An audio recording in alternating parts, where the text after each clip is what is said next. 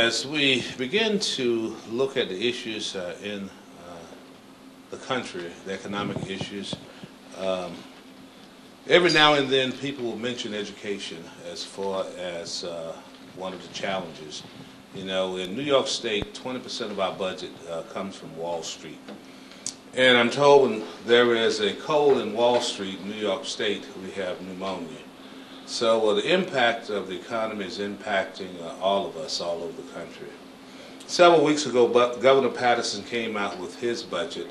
In the process, the governor will present a budget, then the legislators will present their budget, and then we try to compromise and come to a conclusion. But in the original proposal that Governor Patterson presented, it's about a $52 million challenge for the Buffalo public school system. And we felt that we should have a community discussion about the economics in our school system and bring the parents in along with our administrators and teachers and others.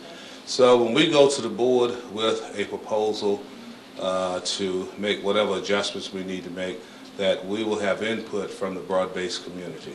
On tomorrow night, we will have a community meeting here at Southside Elementary School, a K-8 building, starting at 7 o'clock from 7 to 9. And we will be discussing some more detailed information about the budget and what we plan to do in the Buffalo public school system. It's very important that we attempt to try to maintain the integrity of the programs that we have put in place since 2005. Also to maintain smaller classes and keep the progress moving that we've made over the past 4 years. So it's going to be very tough, but we want to assure the community they be a part of the process, and they hear the information firsthand from us, and that we hope to develop a partnership with the state along with what we're doing here to make adjustments and our other partners within the Buffalo public school system.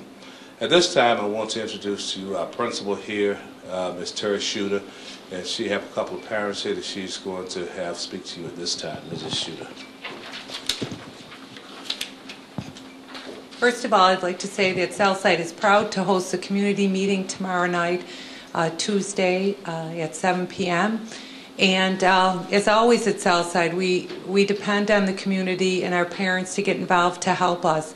And we really find now with a $52 million shortfall that we really need the entire community and the parents to get behind us and help us keep everything going that we've worked so hard.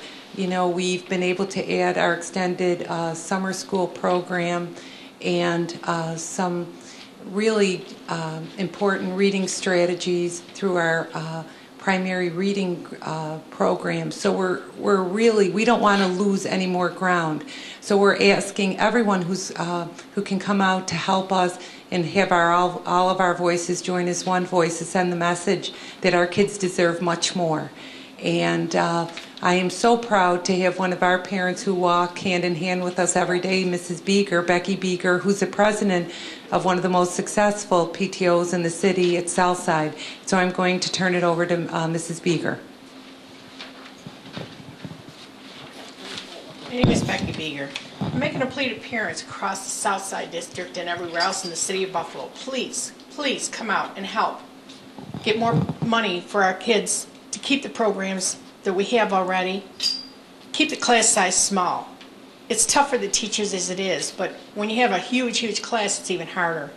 And we've gotten a lot of programs in the last few years, and the budget crisis is going to crush them all. So we really need your help. Come in, write to your legislators, write to Governor Patterson, and just ask for the help that we really need. We made a lot of great strides. We need a lot more help. And the parents make a big, big difference in what we can do for our kids. And that's why every parent across the city should join in with this grassroots effort and try to get us more help. Thank you. As we listen to what is happening within the car industry and within the financial institutions, it's going to take several years, and it's going to trickle down to us in public education. So we have to look at multi-year planning to hopefully be able to address this issue, because our most precious resources are the children. And regardless of shovel-ready projects and bringing jobs into communities, you have to have an educated population in order to fill those jobs. At this time, we have with us one of our board members with us, Mr. Chris Jacobs, who's going to share some thoughts with you. Thank you, Superintendent, and thank you, Principal Shuda, for the opportunity to be here today. I'm in full agreement with all that's been said, and this is a crisis certainly in the state, and we understand that there will be cuts, but a $50 million cut in 1 year is just something we cannot absorb without hurting the classroom. We have done a lot in this district over the last several years to right-size the district. The community's gone through a lot of heartache and tough decisions like closing schools. We've also reformed in terms of the health care, which has saved millions of dollars. And to the credit of the administration and others, we have assembled a surplus that will help us ride out a bit of this storm, but we cannot do it to the extent of the cuts that we're talking about today. So I will be at all the meetings and certainly advocating along with my fellow board members to de-escalate the cuts here. The other element I am hopeful for is there had been talk about the federal stimulus and education, and certainly I think as far as infrastructure, there's nothing more important than the infrastructure of our children. They're the most critical resource we have. And in pure economics, the Buffalo City School District is one of the largest employers with about 5,000, 6,000 employees in this county. So if there's layoffs, there's an economic hit directly, so people should be aware of that. So I thank the head of the PTO to being here today, and certainly work with you to make sure that this doesn't go through. This is one part of it. This is the governor's proposed budget, and it's now the legislator's turn, and we will be actively involved so they hear all of our collective voices. Thank you.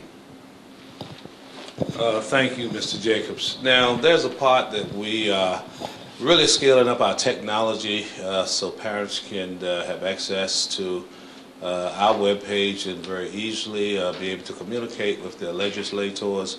And at this time, Stefan Mahalu, our public relations person, is going to take you through a process that our parents can use to communicate with our elected officials.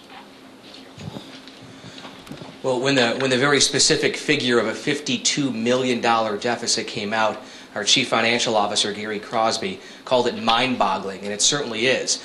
And the one task for public relations from the superintendent is to maximize technology to reach out to parents. And that's exactly what we're doing with our district website.